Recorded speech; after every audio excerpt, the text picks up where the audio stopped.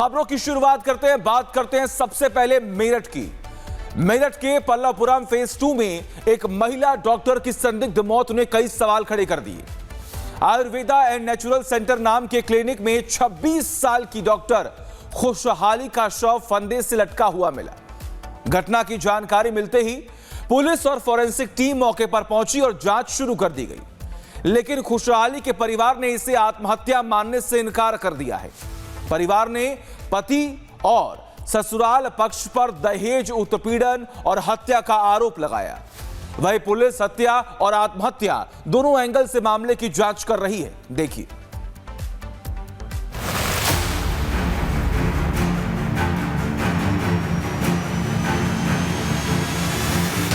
फांसी के फंदे पर लटक रही ये वही होनहार खुशहाली बेटी है जिसने अपने मां बाप के सपनों को पूरा किया था, जिसने पहले बीएसएफ और फिर डॉक्टर की उपाधि हासिल की। यानी इस बेटी ने अपने मां बाप के अरमानों को न सिर्फ पूरा किया बल्कि समाज के लिए भी मिसाल बनी। लेकिन आज ये होनहार बेटी इस दुनिया में नहीं है। खुशहाली के परिवार का आरोप है कि उनकी फूल जैसी बेटी दहेज दानवों की भेंट चढ़ गई। दहेज के लालच में उनकी बेटी की हत्या कर दी गई। खुशहाली का शव मेरठ के पल्लवपुरम फेज 2 स्थित क्लिनिक में फंदे से लटका मिला। परिजनों ने पति और ससुराल पक्ष पर दहेज उत्पीड़न और हत्या का आरोप लगाया। खुशहाली के भाई का दावा है कि हत्या के बाद शव को फंदे से लटका दिया गया।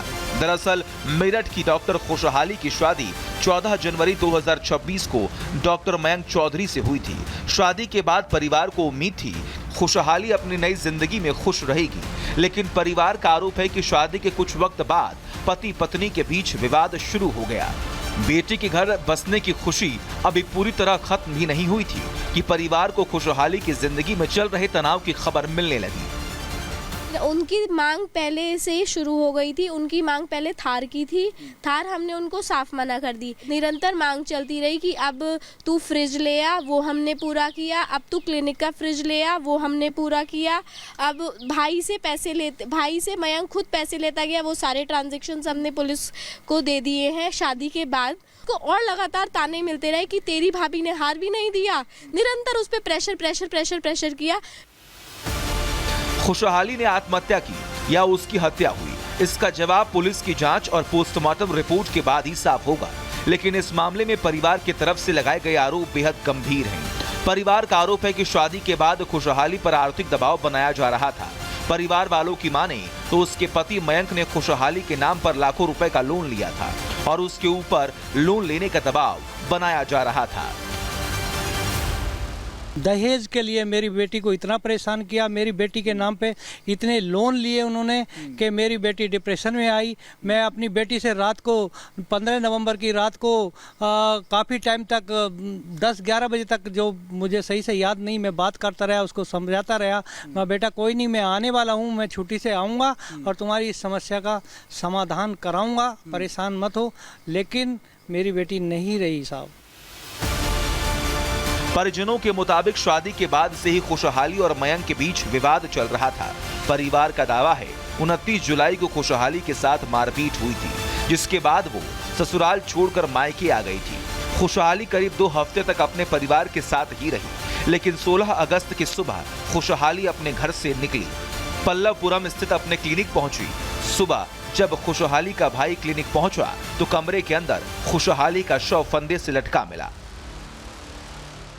आप ये हॉस्पिटल देख रहे हैं। इस हॉस्पिटल की पहली मंजिल पर आप देखिए Raghu Ayurveda and naturopathy centre यहाँ पर खुला हुआ है और इसी सेंटर के अंदर डॉक्टर खुशहाली, जिनका नाम भी नीचे लिखा हुआ आपको बोर्ड पे नजर आएगा, वो प्रैक्टिस कर रही थी। 10 महीने पहले ही ये जो सेंटर है वो खोला था, लेकिन जानकारी जो मिल रही है रविवार सुबह तकरीबन 6:15 बजे डॉक्टर खुशहाली अपने घर से यानी कि अपने मायके से निकली, सीधा इस सेंटर में पहुंची। डॉक्टर खुशहाली का भाई रजत जब 10:15 साढ़े 10 बजे के आसपास रविवार को इस क्लिनिक में पहुंचा तो कमरे के अंदर खुशहाली का जो शव है वो चुन्नी से लटका हुआ मिला।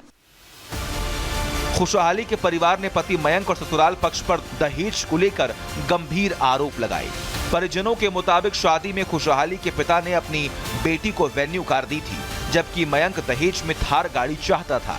इसके अलावा एक पिता अपनी हैसियत के हिसाब से और जो कुछ भी संभव था अपनी बेटी की खुशी के लिए किया, लेकिन खुशहाली के परिवार का आरोप है कि दहेज लोभियों का पेट नहीं भर रहा था। आए दिन अलग अलग तरीकों से दहेज की मांग की जा रही थी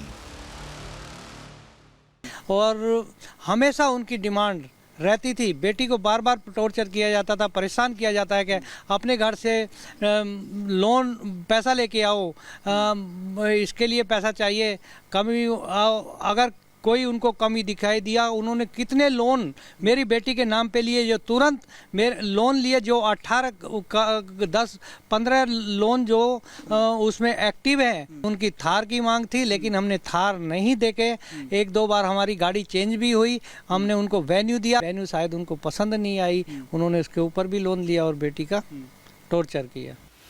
यानी शादी के बाद भी दहेज की मांग को लेकर विवाद खत्म नहीं हुआ। परिवार का आरोप है कि दहेज और पैसों को लेकर खुशहाली को लगातार मानसिक तनाव झेलना पड़ा। खुशहाली पहले बीएसएफ में कांस्टेबल के पद पर तैनात थी। करीब 2 साल पहले उसने बीएसएफ की नौकरी छोड़ दी थी। इसके बाद आयुर्वेद चिकित्सा की प्रैक्टिस शुरू की और करीब 10 महीने पहले अपना क्लिनिक भी शुरू किया था। लेकिन अपने दम पर आगे बढ़ने वाली खुशहाली की जिंदगी अचानक कैसे खत्म हो गई? फिलहाल मेरठ पुलिस ने खुशहाली के पति मयंक चौधरी और ससुर हरेंद्र को गिरफ्तार कर लिया है। पुलिस क्लिनिक और आसपास लगे कैमरों की फुटेज खंगाल रही है। मोबाइल फोन की चैट और वॉइस मैसेज की भी जांच की जा रही है। पुलिस हत्या और आत्महत्या दोनों पहलुओं से मामले की जांच कर रही है। शादी को 7 साल से कम का समय हुआ है, तो इसीलिए इसमें दहेज हत्या के नियम के तहत जो दहेज हत्या का मुकदमा लिखा जाता है, तो वो मुकदमा भी लिखा गया है। और इनके परिवारजनों के, जो मायके के परिवारजन हैं, इनके द्वारा जो तहरीर प्राप्त हुई है, उसी के आधार पे जो मृतिका है उनके पति की गिरफ्तारी हुई है, साथ में उनके जो ससुर है इनकी भी गिरफ्तारी हुई है। आज दोनों को माननीय न्यायालय में प्रेषित किया जाएगा और इसमें अन्य भी जो भी तथ्य नए सामने आएंगे उसी के आधार पर आगे की विधिक कार्रवाई भी की जाएगी। खुशहाली की मौत ने एक बार फिर दहेज और बेटियों की सुरक्षा पर सवाल खड़े कर दिए। खुशहाली की मौत के पीछे असली वजह क्या है? क्या उसने खुदकुशी की या फिर उसकी हत्या की गई? इसका जवाब जांच के बाद मिलेगा। लेकिन अगर परिवार के आरोप सही हैं, तो सवाल उठता है कि आखिर बेटियां दहेज के दानवों की भेंट कब तक चढ़ती रहेंगी? Bureau report, Republic Bharat.